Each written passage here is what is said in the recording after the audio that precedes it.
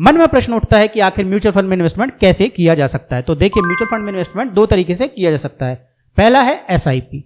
SIP के through क्या होता है, देखिए पहले मैं आपको ये समझाऊं कि एसआईपी है क्या। एसआईपी होती है सिस्टमेटिक इन्वेस्टमेंट प्लान। इसमें आप एक मंथली अमाउंट डिसाइड करते हैं कि भैया 100 रुपए, 200 रुपए या 1 लाख रुपए आपके अकाउंट से डिडक्ट हो जाएं और मेरे एसआईपी में चले जाएं, यानी कि मेरा ये म्यूचुअल फंड में इन्वेस्ट हो जाए। इसको बोलते हैं एसआईपी, यानी कि सिस्टमेटिक इन्वेस्टमेंट प्लान।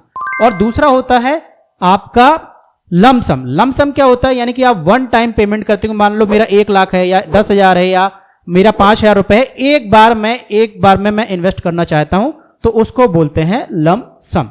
अगर इसको सिंपल भाषा में समझाएं तो देखिए, जैसे कि बैंक में होता है रिकरिंग होती है या फिर मंथली इन्वेस्टमेंट होता है, उसमें क्या होता है कि आपके हर मंथ छोटा सा पार्ट कट के आपके अकाउंट में जमा हो जाता है। ऐसा ही एसआईपी है। इसमें एक हर मंथ एक डिसाइडेड आपका अमाउंट होता है जो आपके कट के एसआईपी के थ्रू म्यूचुअल फंड में इन्वेस्ट हो जाता है।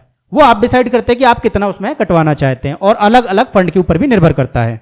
और लमसम को आप माने कि आप एफडी जैसा करते हैं कि भाई मेरा 5,000 की एफडी करना है, 10,000 की एफडी करना है, 1 लाख की एफडी करना है, सेम, बस नाम अलग है और काम वही है।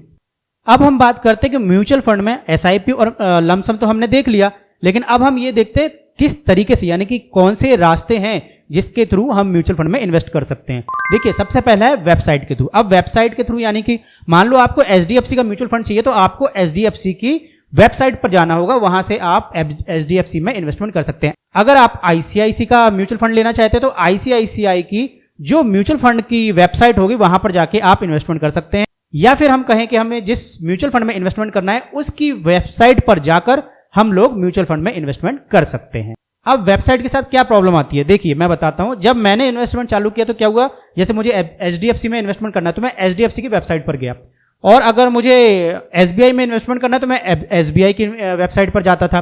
फिर मुझे टाटा की इन्वेस्टमेंट करना है, टाटा का एक ग्रोथ फंड था उसमें इन्वेस्टमेंट करता था, तो मैं फिर टाटा की उसमें जाता था, वेबसाइट पर जाता था और वहां से इन्वेस्टमेंट करता था। लेकिन इस सब में प्रॉब्लम क्या आती थी, इनको मेरे को हैंडल करने में प्रॉब्लम आती थी। भाई मैंने इन्वेस्टमेंट कहाँ किया और कितने का किया, उसका क्या हुआ, अलग अलग वेबसाइट, अलग अलग पासवर्ड, ऐसा कई बार हुआ। तो फिर मेरा सर में दर्द होने लगी, भाई ये तो बहुत दिक्कत वाली काम है कि कहीं एक वेबसाइट पर डाला है, फिर दूसरा दूसरी वेबसाइट पे, तीसरा तीसरी वेबसाइट पे।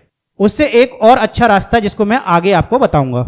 नंबर 2 पर आता है एजेंट के द्वारा, यानी कि आप एजेंट के द्वारा भी म्यूचुअल फंड खरीद सकते हैं। यानी कि बहुत सारे एजेंट होते हैं, जैसे एलआईसी एजेंट होते हैं ना, ऐसे म्यूचुअल फंड के लिए भी एजेंट होते हैं। आजकल एलआईसी वाले जो एजेंट्स हैं वो भी आपका म्यूचुअल फंड में इन्वेस्टमेंट करा रहे हैं और बहुत सारे ऐसे लोग हैं जो इसमें फील्ड में काम कर रहे हैं। लेकिन मैं अगर पर्सनली बोलूं तो मुझे ये कभी पसंद नहीं आया। अब रीजन क्या है, देखो उसका एक रीजन ये है कि वो लोग जब आपका इन्वेस्टमेंट कराते हैं तो ये देखते हैं कि उनको कमीशन किसमें ज्यादा मिल रहा है, और ज्यादातर वो अपने बेनिफिट का भी ध्यान इसमें रखते हैं। तो इसके लिए आपको क्या करना चाहिए, आपको डायरेक्ट म्यूचुअल फंड खरीदने चाहिए।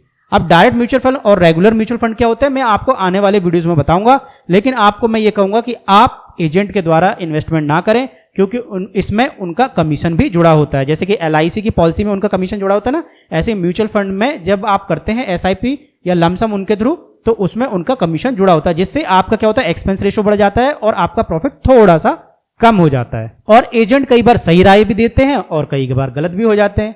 तो इससे अच्छा है कि हम अपना रिसर्च करें और अपना पैसा खुद से लगाएं। नंबर 3 पे आता है ऐप्स के द्वारा, यानी कि आप ऐप्स के द्वारा भी म्यूचुअल फंड में अपनी शुरुआत कर सकते हैं। यानी कि आप अगर चाहें तो जैसे आप देख रहे हैं पेटीएम हुआ, फोन पे हुआ या और जीरोधा का कॉइन हुआ, इन ऐप्स के द्वारा भी आप क्या कर सकते हैं, आपके इन्वेस्टमेंट की जर्नी को स्टार्ट कर सकते हैं। आप चाहे उनसे एसआईपी भी कर सकते हैं, आप उनके थ्रू लमसम में भी इन्वेस्टमेंट कर सकते हैं। इन सभी ऐप्स की जो लिंक है वो डिस्क्रिप्शन बॉक्स में दी गई है। ये ऐप्स आजकल बहुत ज्यादा पॉपुलर हो रहे हैं क्योंकि इनके द्वारा बहुत इजीली इन्वेस्टमेंट किया जा सकता है, बहुत ही इजी प्लेटफॉर्म से, और आजकल मोबाइल तो हर किसी के हाथ में है, इसलिए इजीली वो इन्वेस्टमेंट कर सकते हैं। नंबर 4 पे आता है बैंक और एएमसी के द्वारा, यानी कि आप चाहे तो बैंक में जाकर या एएमसी के जो ऑफिस है, यानी कि म्यूचुअल फंड के जो ऑफिसेस हैं, वहां पर भी जाके आप केवाईसी पहली बार अगर कर रहे हैं तो केवाईसी कराइए, उसके बाद आप आपका म्यूचुअल फंड में इन्वेस्टमेंट कर सकते हैं। पहली बार में जो आपको टाइम लगेगा वो थोड़ा ज्यादा लगेगा क्योंकि केवाईसी में होता है, उसके बाद वो टाइम आपको कम लगता है, लेकिन फिर भी मैं ये कहूंगा इसमें पेपर वर्क थोड़ा ज्यादा है और 2 से 5 दिन का टाइम या कहीं 7 दिन का टाइम भी कई बार लग जाता है। कि आप चाहते हैं कि अभी इमीडिएट मेरा 1 घंटे में इन्वेस्टमेंट होता है, तो ऐसा वहां पर नहीं होगा, क्योंकि भाई आपको जाना भी है, वापस भी आना है, डॉक्यूमेंटेशन भी करना है, चेक भी देना है और उनको ये सारे प्रोसेस आगे भी बढ़ाना है, इसलिए उसमें टाइम ज्यादा लगता है और ये तरीका बहुत पुराना हो चुका है, आजकल कोई भी वहां पर नहीं जाता। तो चलिए अब फाइनल पे आते हैं जिसके थ्रू आप आसानी से म्यूचुअल फंड में इन्वेस्टमेंट बहुत ही इजी तरीके से कर सकते हैं।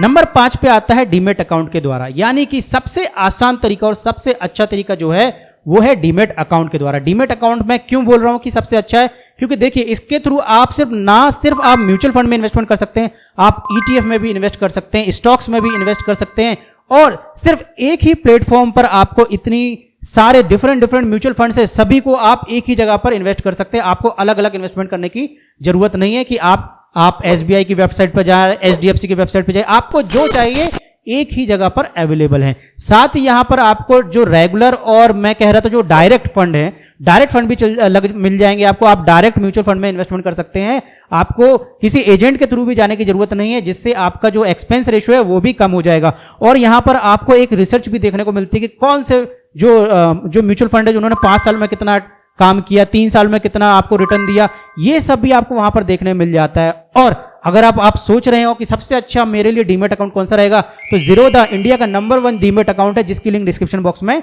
दी गई है, आप उसके थ्रू भी जा सकते हैं। एंजल ब्रोकिंग भी अच्छा है, फायर्स भी अच्छा है, आप उनके थ्रू भी जा सकते हैं। ठीक है, अगर मैं खुद का इन्वेस्टमेंट किसमें करता हूं, तो मैं सबसे ज्यादा इन्वेस्टमेंट जो मैं करता हूं वो ज़ीरोधा के कॉइन के थ्रू करता हूं और एंजल ब्रोकिंग के थ्रू करता हूं। और एक और हुआ क्या है, देखिए घर में परिवार में बहुत सारे लोग होते हैं, जैसे मेरी बेटी है, मेरी वाइफ है, मेरा खुद का पोर्टफोलियो, तो मैं तीनों को अलग अलग रखता हूं। मैं सबको एक ही अकाउंट में नहीं रखता, क्योंकि जब मुझे जरूरत पड़ती है, भाई मेरा पोर्टफोलियो कितना बड़ा, उनका पोर्टफोलियो कितना बड़ा, बच्ची का पोर्टफोलियो तो देखना ही नहीं है क्योंकि बहुत लॉन्ग टर्म का है, तो इस तरीके से उनको मैं डिफरेंट अकाउंट्स में रखता हूं।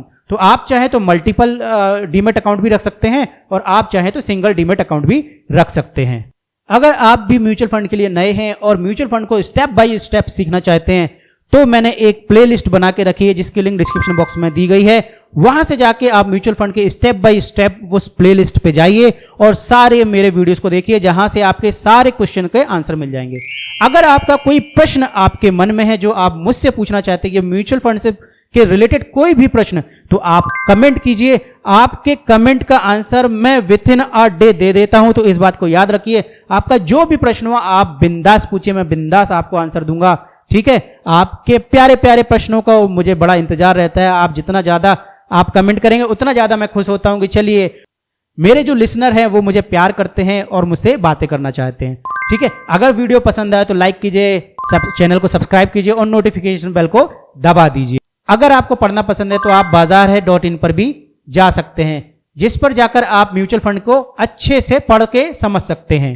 और अगर आप मेरे सोशल नेटवर्क से जुड़ना चाहते हो तो इंस्टाग्राम, फेसबुक, लिंक्डइन सभी की जो लिंक है डिस्क्रिप्शन बॉक्स में दी गई है। ठीक है, मिलते हैं नेक्स्ट वीडियो, तब तक टाटा बाय बाय, सयोनारा।